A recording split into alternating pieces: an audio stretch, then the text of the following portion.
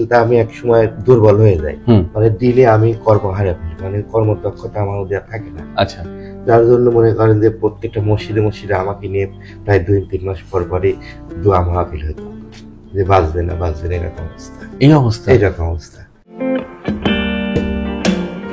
এই যে হাসি খুশি যে মানুষটাকে আপনারা দেখতে পাচ্ছেন, তার নাম হচ্ছে মিস্টার পরশ, 42 বছর বয়স। পরশ ভাই, আপনি কি কাজ করেন? আমি মূলত প্রথমে সৌদি আরব গেছিলাম, এই রোগের কারণে আমি ওখান থেকে চলে আসতে বাধ্য হয়েছি, কাজ দেয় নাই। আবার এক ছোট বোন থাকে ইটালিতে নিয়ে গেল যে এখানে আসো, ভালো চিকিৎসা আছে, চিকিৎসা হলে তুমি ভালো হয়ে যাবে, এখানে ভালো ইনকাম করতে পারবে। ওখানে 17 মাস থাকার পরে ওখানেও একই অবস্থা, সারা রাত ঘুম হয় না, দিনে কোনো বল থাকে না, একই অবস্থা। আমাকে আবার দেশে ফিরত আসতে হয়েছে। তার মানে আপনি এখন দেশে আছেন। আচ্ছা, আগে থাকতেন সৌদি আরবে? সৌদি আরব গেছিলাম, ইটালিতে ছিলাম, এখন দেশে আছি। তো পরশ ভাই, আজকে আমরা তার একটি অপারেশন সম্পন্ন করব।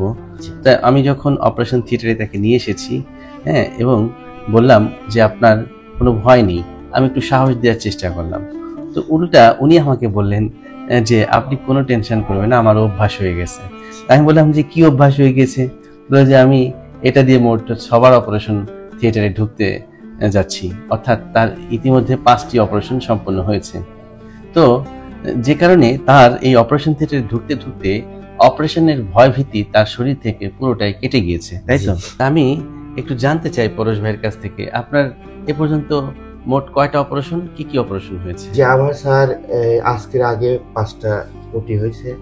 5টা ওটির মধ্যে 4টাই ছিল হলো আপনার পোস্টেড অপারেশন মূলক, এবং আরেকটি ছিল হলো আপনার গল ব্লাডারের পাথর।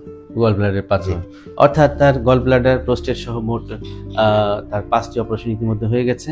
এবং আজকে আমি যেটা করতেছি, সেটা হচ্ছে যে 6ষ্ঠ অপারেশন। তাহলে 6ষ্ঠ অপারেশনটা কি করতেছি সেটা কিন্তু একটু জানাতে চাই আপনাকে। এর আগে ব্যাখ্যা করেছি। তার আগে আপনারা নিশ্চয়ই খেয়াল করেছেন তার কষ্টের কথা, সে ঘুমাতেই পারে না ঠিক মতন। কেন ঘুমাতে পারে না? কারণ ঘুমাতে গেলেই তার নাক ডাকার শব্দ হয় এবং দম আটকে আসে, তাই তো? কষ্টটা কি কি হয় বলেন তো? আসলে এই কষ্টটা তো আসলে বলে বোঝানোর মতো কিছু নেই। মানে সারা রাত আমি 5 মিনিট পর পর ঘুম ভেঙে যায়। তো এইভাবে চলতে চলতে আমি একসময় দুর্বল হয়ে যাই, মানে দিলে আমি কর্ম হারিয়ে ফেলি, মানে কর্মদক্ষতা আমার মধ্যে থাকে না। আচ্ছা, যার জন্য মনে করেন যে প্রত্যেকটা মসজিদে আমাকে নিয়ে প্রায় 2-3 মাস পর পরই দোয়া মাহফিল হতো যে বাঁচবে না এরকম অবস্থা। তো একজন ডাক্তারের পরামর্শ, একটা সিপ্যাপ মেশিন আমাকে দেওয়া হয় 2022 সালে। তো সিপ্যাপ মেশিন আমি ব্যবহার করতেছিলাম, করতে গত 3 বছর আমি ভালো ডাক্তার খুঁজতেছিলাম। বাংলাদেশের এমন কোনো জায়গা নাই আমি এই ব্যাপারে যোগাযোগ করি নাই। ওনারা শুধু একটা প্রেসক্রিপশন ধরায় দেয়, কিছু ওষুধ ধরায় দেয়। আচ্ছা, সার্জারির কথা আমাকে কেউ বলে নাই। তো আমার ছোট বোন ইটালি থেকে আপনার ভিডিও দেখে আমাকে জানায়।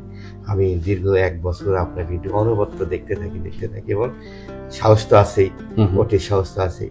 আসলে সাকসেসের বিষয়টা একটু তদন্ত বিষয় ছিল, সেটা আমি সময় সম্পন্ন করছি। আচ্ছা, তার মানে আপনি ভিডিও দেখে প্লাস জাস্টিফাই করে আপনার মনে ধরেছে, কনফিডেন্স পেয়েছেন, যে কারণে আপনি এসেছেন, তাই তো? আসলে এটা খুবই গুরুত্বপূর্ণ একটি বিষয় যে মানুষ যে কোনো একটি সার্জারি করার আগে তাদের মনের মধ্যে ভয় ভীতি কাজ করে। কোথায় আমি অপারেশন করাবো, অপারেশন করানোর জন্য সবচেয়ে নিরাপদ জায়গাটি কি হবে, করলে কোনো ক্ষতি হবে কিনা, কোনো ঝুঁকি আছে কিনা, এরকম নানাবিধ প্রশ্ন মনের মধ্যে জাগে। তারপর এই যে স্লিপ সার্জারি, এটা কিন্তু সত্যি একটি জটিল অপারেশন। স্লিপ সার্জারি আমি তার করতে যাচ্ছি কেন? কারণ তার স্লিপিংয়েই প্রবলেম, ঘুমেই প্রবলেম। আর ঘুমে কেন প্রবলেম হচ্ছে সেটা আমি নির্ণয় করার জন্য কিছু পরীক্ষা নিরীক্ষা করি। তার মধ্যে একটি ছিল স্লিপ স্টাডি বা পলিসনোগ্রাফি। তো পলিসনোগ্রাফি রিপোর্টে আমরা খেয়াল করি যে তার তীব্র মাত্রার নাক ডাকার শব্দ হয় এবং তার AHI 11 এবং তার স্যাচুরেশন ফল করে যায় ঘুমের মধ্যে 74 তার স্যাচুরেশন।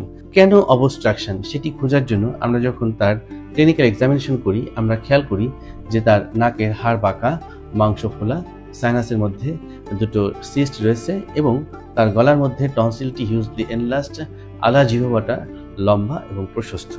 এই সমস্ত কারণে তার একটি মেকানিক্যাল অবস্ট্রাকশন তৈরি হচ্ছে।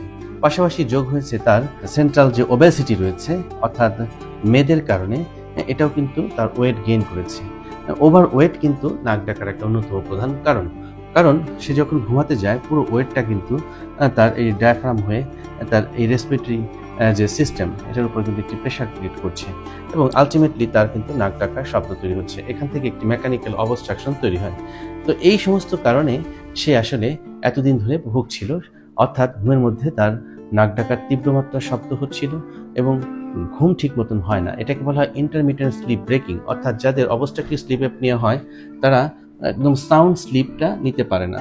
সাউন্ড স্লিপ যখন না হবে বা আপনি যখন আরামে ঘুমাতে পারবেন না, তখন কিন্তু আপনার শরীরে ক্লান্তি বোধ হবে এবং ওজনও কিন্তু কমবে না। কারণটা কি, ঘুমের মধ্যে আমাদের যে মেটাবলিজম সিস্টেম সেটা অ্যাক্টিভ থাকে, যার ফলে আমাদের ক্যালোরি বার্ন হয়।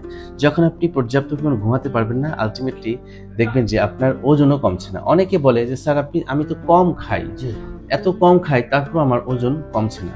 ওজন না কমার কারণই কিন্তু এটা, কারণ আপনার ঠিক মতন ঘুম হয় না। তার মানে ঘুমটা কতটা জরুরি চিন্তা করেন। আর যদি ঘুম স্বাভাবিকভাবে না হয়, আপনি যদি পরিতৃপ্তি বা তৃপ্তি সহকারে না ঘুমান, তাহলে কিন্তু আপনার এনার্জি গেইন হবে না। এর ফলে সারাদিন ক্লান্তি থাকে, আপনি যেখানে বসবেন সেখানে ঘুমিয়ে যাবেন, তাই না? এরকম না?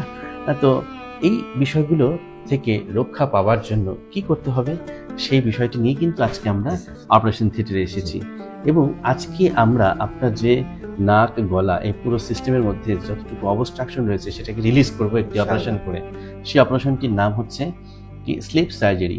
এখানে আমরা কতগুলো কাজ করব, সেপ্টোপ্লাস্টি, ট্রাভিনোপ্লাস্টি, এরপর ফাংশনাল এন্ডোস্কোপিক সাইনাস সার্জারি, অর্থাৎ নাক এবং সাইনাস মনে মোট 3টি কাজ আছে। আর গলার মধ্যে আমরা 3টি কাজ করব, পার্শিয়াল ওভুলেক্টমি, এরপর করব হচ্ছে টনসিলেক্টমি, রিলোকেশন, ফারিঙ্গোপ্লাস্টি।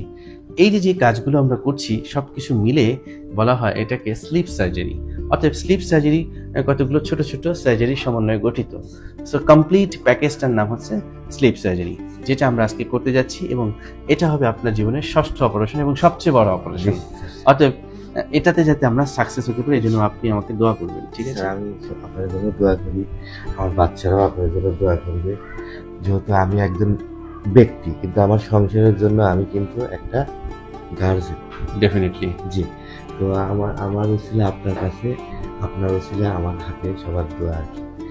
আর দ্বিতীয় কথা হলো স্যার, এই মেশিন নিয়ে কোথাও বাড়িতে যদি বেড়াতে যায়, বলে আপনার বাড়িতে একটা রুগী আসছে, আচ্ছা আচ্ছা, খুবই একটা কষ্টের বিষয়।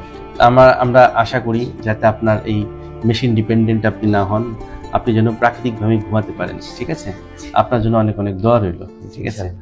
সো ভিউয়ার্স, এইরকম কষ্টে যারা ভুগছেন তাদেরকে আমি বলবো আপনারা ভয় পাবেন না, সঠিক সময়ে একজন নাক কান গলার বিশেষজ্ঞ চিকিৎসকের পরামর্শ গ্রহণ করবেন। আর আজকে আমরা ভাইয়ের সার্জারি করার পর তার আউটকামটাও পরবর্তীতে আমরা দেখাবো, যে অপারেশনের আগে তার কি কষ্ট ছিল, অপারেশনের পরে সে কিভাবে সুস্থ হয়। সে পর্যন্ত থাকুন আমাদের সাথে এবং প্রাণ ভরে দোয়া করুন প্রিয় ভাইটির জন্য। Thank you very much for watching this video.